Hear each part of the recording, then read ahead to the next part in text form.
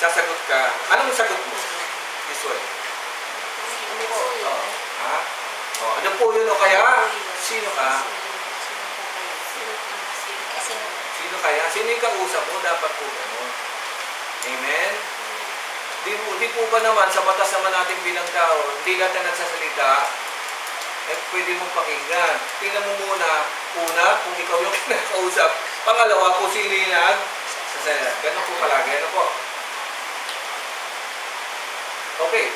Maraming preacher, maraming pastor. Tingnan mo muna kung sino sila. At kung ikaw ngayon, kinakausap, di mo pala ikaw kinakausap, sapat ka na sapat eh. Pag sapat ka na sapat ang hindi kinakausap, anong tawag kayo? Sabatista. Epal.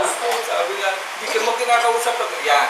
Ganun po. Makikita natin na ganun naman talaga nasa normal. Nung tinawag ng Diyos, Abraham.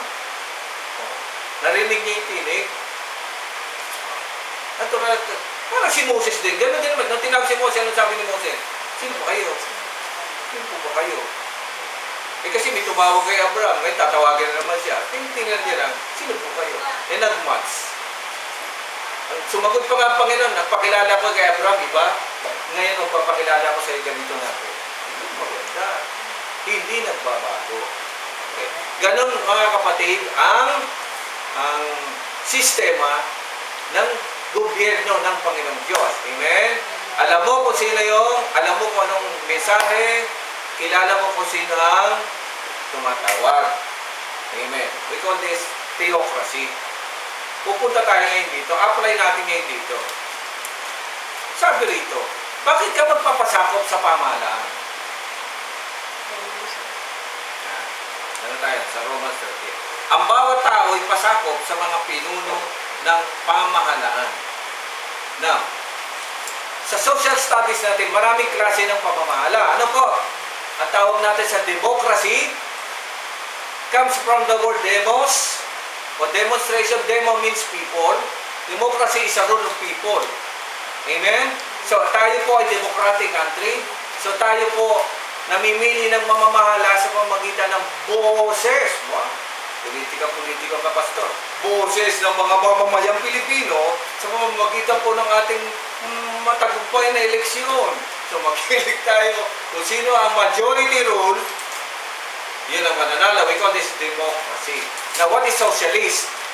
Socialist, may pamamahalang socialist. Ang socialist ay nakasentro, mga kapatid, sa gobyerno. Mamimili ang gobyerno yan ng mga, yun salitang pili. Mamimili sila hindi sa pamamagitan ng eleksyon, kundi sa pamamagitan ng pagpili ng leader kung sino ang makakasama niya. So kung ano ang kanilang dinidikta, so dictatorship yun eh, yun ang masusunod. Russia, di ba socialist yan? Socialist communist, isa yan. China, diba? North Korea. Yung mga so democratic, communist, socialist. Yung iba naman pamamahala, halos maano na lang dun eh, no? Pag dictatorship, ang nangyari sa atin, ang dictatorship naman, ito, hindi ito binubuo ng grupo ng tao, binubuo ito ng isang tao lang, pag dictator naman. Okay, si Hitler, kung anong sabihin niya, eh kahit yung mga namamahala sa kanya, hindi makapalag. Socialist, hindi eh, nag-meeting pa sila eh. No? Eh, ang dictator, hindi. Pag sinabi ng isang tao, wala kang magagawa dyan. Sa madaling salita ba, kung susuriin natin yan, anong klaseng pamamahala ang Panginoong Diyos? Kung sa tao, parang diktador ang labas. Kasi kung sinabi ng Diyos, yung sabi mo, ay hindi po gano'n, wala namang gano'n. Ayon dito sa pag-aaral natin, hindi gano'n. Kasi, ang pagtawag ng Diyos, una, magsasalita siya, di ba? Magtatawag siya, pagkatapos, puprotektahan ka niya. Gano'n. Ang dictator, hindi. Puro kanya lahat yun. Okay. Now, so, yun yung mga klase ng pamahalaan. Now, punta tayo sa Pilipinas. Tayo po ay nasa democratic country. Now, dito sa bansa natin po, mga kapatid, lahat ng ano dito ay merong election time. Di ba? Pinipili natin. Merong corresponding na haba ng pamumuno. Merong 3 years pang mga sa local government at 6 years kung national government. 6 years yan, mga kapatid. Now, Paiba-iba po yan. Amen, mga kapatid. So, tayo bilang Kristiyano, mga kapatid, sumasailalim tayo sa proseso nito. Amen? Nagpaparehistro tayo, pumuboto tayo. Amen. So, ang ano sa atin ng Panginoon, kung yan ang pamamahala rito, kinakala sumunod po tayo. Hindi po ka, mga kapatid, hindi ka pwedeng sumuway dyan. Pero mayroong mga religious organization na sumusuway talaga, direkta. Hindi sila bumoboto, hindi sila nakikialam. Hindi ko na babanggitin yun. Alam naman ninyo yan. Pero sabi dito, mga kapatid, kung anong pamamahalang nakakasama sa inyo, igalan mo. Now, nung time ng Panginoon Kristo, ang meron doon, mga kapatid, ay emperorship, dictatorship. Yung emperor po ang nasusunod. Nung time ng Panginoon Kristo, malupit po yung emperor na yan. Malupit po siya, mga kapatid. Bagamat malayo siya sa, kasi nasa Rome siya, yung emperor, yung empire, nasakop po nila yung bansang Israel. Amen. Now, kung titingnan ninyo, mga kapatid, ang bansang Israel, wala po silang sariling lupa. Wala po silang sariling lupa.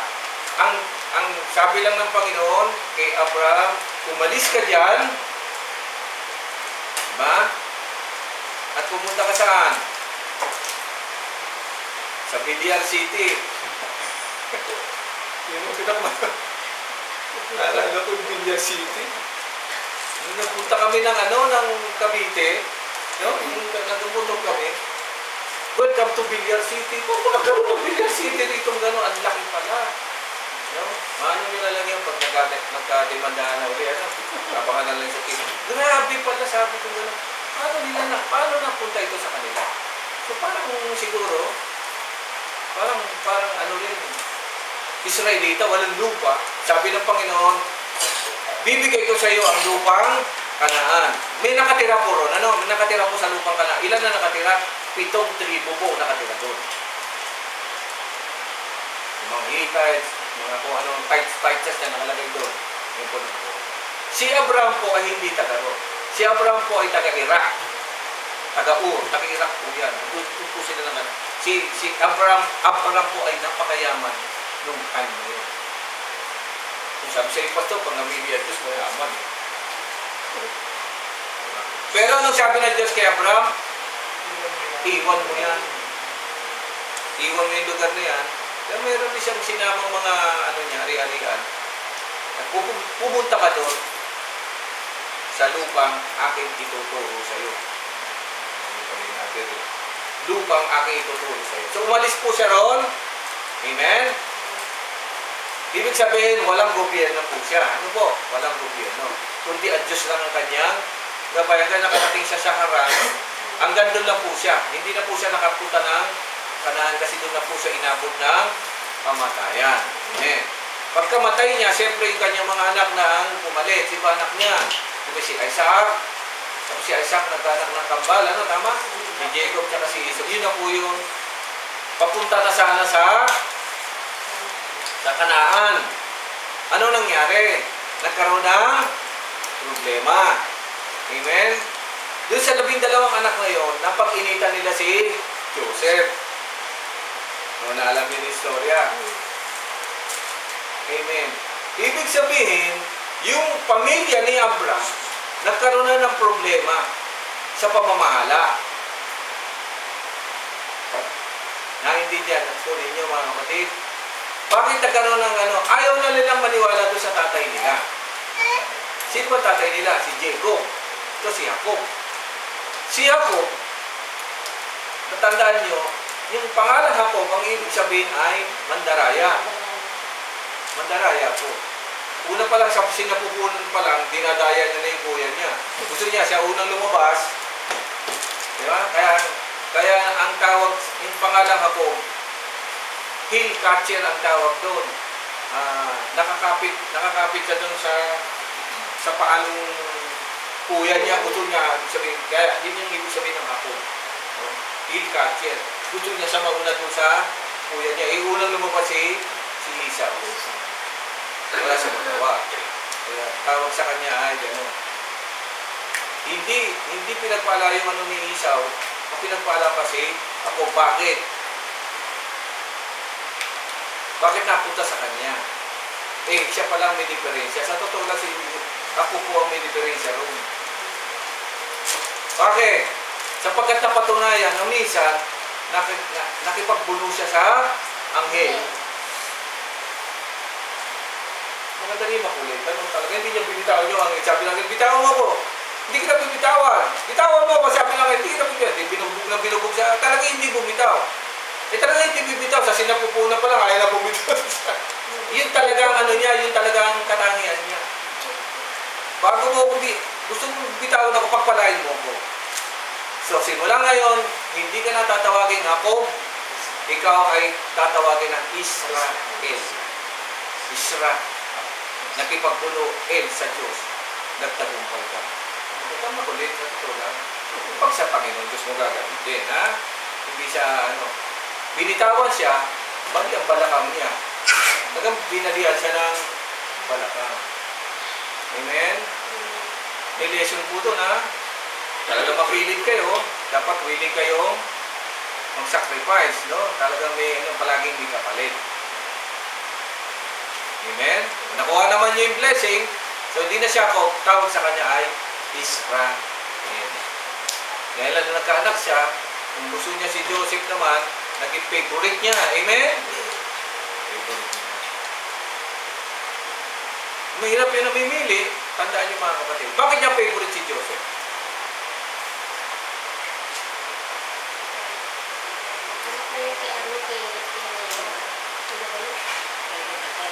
Kasi yun ang naging anak niya doon sa talagang love niya. Kasi yung mga nauna, doon yun sa kapupwesa ng hindi ka magkaanak ko. Hindi ka magkaanak ko. Anakan mo itong kapatid ko, sabi niya. Yung kapatid ni Rachel, di ba? Doon yun yung anak doon. Hindi pa rin magkaanak. Inanakan na naman. Yung natin kagaya nun, anak ng anak sa ano. Anak. Hanggang siya nagkaanak siya sa talagang mahal niya, yung si Joseph at si Benjamin, yung dalawa. So, hindi mo rin maano na ang talagang mahal niya, yung anak ng mahal niya. Yun. Kaya nainggit sila doon, binenta nila sa Egypt, hindi nila alam yun na magliligtas sa kanya sa Egypt. Nandun ba sila sa lupang pangako? Wala po. Nasakop sila na naman ng isang pamamahala na kakaiba. O, yan ang story ng pamamahala nila. At hindi naman na nagligtas sa kanila. So, hindi nyo maaalis kay Paul na kung saan man kayo mapunta, pasakop kayo. Kasi kapag kayo nagpasakop, may gantimpala sa inyo ang pamahala niya. At pinagpala sila, kahit na hindi sila taga-Egypt, naintindihan yung mga... In fact, si Joseph ay naging konsihal. naging ano pa lang, mahal na hari doon. Kanang kamay. Napakanda ba? At dito natin puputulin muna at wala tayong oras. Sa madaling salita, ang mga lingkod ng Diyos, saan man tayo mapunta, tawagin man tayo, sige lang. Ngayon ba mga kapatid? Nung minsan, naikwento ko na yan eh. Kasi ako ngayon napunta ng barangay. Hindi ko po gusto yun. Ano po? Hindi ko po gusto. Nagpunta lang yung barangay captain. Diba? Sa bahay. Hindi, kinausap na ako noon na hindi po ako pwede. Sabi ko ako po siyempre ako die hard na pastor. Ngayon na po ako. Sabi ko. Siyempre, yung nakatawiran ko. Hindi ko pa naman alam itong mga ganito. Paano pumalita siyang kapitan, nagpunta na sa bahay. Sabi niya, kaya nagpunta ito. At yun, pasok ko kayo kapitan. Sabi niya, pastor, pero yun parang barka-barkada ko na rin. Sabi niya, umalis po yung isa. Yung pinalitan ko po, parang papastorin din yun. Diba si Kuya Willie, kailangan po namin ng katulad niyo. Sabi ko, ano naman yan? Sino? Bakit naman ako papinili niyo? Alam mo yung sagot niya, maiba-iba naman daw. Ang pinagkaiba ko, sabi ko, sige, ano gagawin ko ron? Sabi sa kailangan ka, sabi niya. Wala. Yun na nga, punta doon, inintroduce ako, ito po si Pastor. Hindi na nila tinanong kung gaano, kung ilang libo miyembro ko, hindi naman tinanong, ano, kasi magugulat sila kung ilang miyembro tayo. Sabi ko, hindi, ito po ID ko, may ano po. So, tinignan lang nila, okay. Tapos yun nga, ewan ko lang, ang comment na sa akin, pag nananalangin daw ako, bakit daw gano'n? Sabi niya parang tumatago sa puso. Sabi ko, wala mo sinasabi mo. Sabi ko lang, pagpalain mo yung mga ano ni, Biskaya na pagpalain mo eh. Kung mo na mga ano, na ano sila, ba't daw gano'n? At okay lang. Ang bandang huli, sabi na sa akin ng barangay, Pastor, pwede po ba kayo ng ano, parang ano ng barangay, yung barangay, yung pinaka-faith base, na, kasi ko walang problema gagawin na. Pagdating ko na, kayo na po mag-ano, sige, tama ka. Kaya tuwing flag ceremony, ako na nga tagapag-pray, doon ko lang na-realize mga kapatid, na pag tinawag ka talaga, saan man lugar, wala ka naman choice. Sa lahat ng program, ako na tuloy kaya tawag. At meron po tayong program, pag mga guest po na rito, kayo na po ang prayer. At hindi na ako tumatawag. Kasi nga, itong verse na ito, mapasok sa isip ko na, kapag tinawag ka kahit sa pamahalaan, you have to reply, ayusin mo lang. Amen? Baka masapit ka sa 10%, 30%, patay ka. Meron din kasi mga ganun, mga corruption, kasama yan. So kung sa inyo man, dumating sa inyo na kailangan kayo ng gobyerno, please do so. Kasi naghahanap talaga sila na maiba-iba naman. Siguro nagsawa na kung ano-ano pinagsasabi. Amen? Isang araw yan. Pipiliin kayo ng Panginoon. May kinalaman na sa, hindi po politics ang tawag po dyan. Ano? Ang tawag po dyan ay governance, pamamahala. Kailangan din yan. Kaya sabi ko nga kay Sister Rose, binibiro ko, siguro mga ilang taong pa, bakit kaya sa akin maging kapitan? Hindi mahirap yan. Ay, hindi. Tayo, tinatawag sa ngayon, pero pagdating sa politics, dapat hindi ka papasok. Kasi pag pumasok mo dyan, ibang sabi na ng Panginoon, pasakot tayo sa pamamahala. Hindi tayo mamamahala. Dahil kahit gaano makabait, pag ang pinamamahalaan mo naman yung mga ganyan,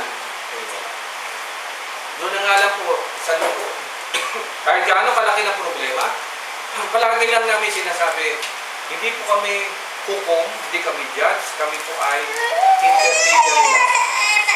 Naghahanap lang po tayo ng solusyon. Sabi ko, ang ganda rin ang napasok namin. Nagagamit ang ating mga nalalaman o knowledge sa ating Panginoon Diyos.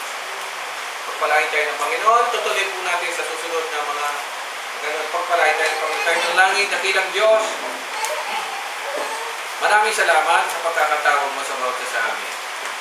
Alam ko, kasama kami doon sa mga pinili, kundi kinakailangan muna namin marinig ang iyong pagtawag, ang iyong mga salita, ang iyong tinig, Lord. Kapag ito ang tunay na makapangyarihan lamang sa daigdig mo. Lord, pagpalain mga kapatid. Alam ko sa kanilang buhay, kaya mo sila tinuturuan ay darating ng pagkakataon. Nagagamitin po nila ito sa tamang pagkakataon, sa tamang lugar at tamang panahon. Bless us, Lord. Maraming salamat. In Jesus' name. Amen. Amen. Tayo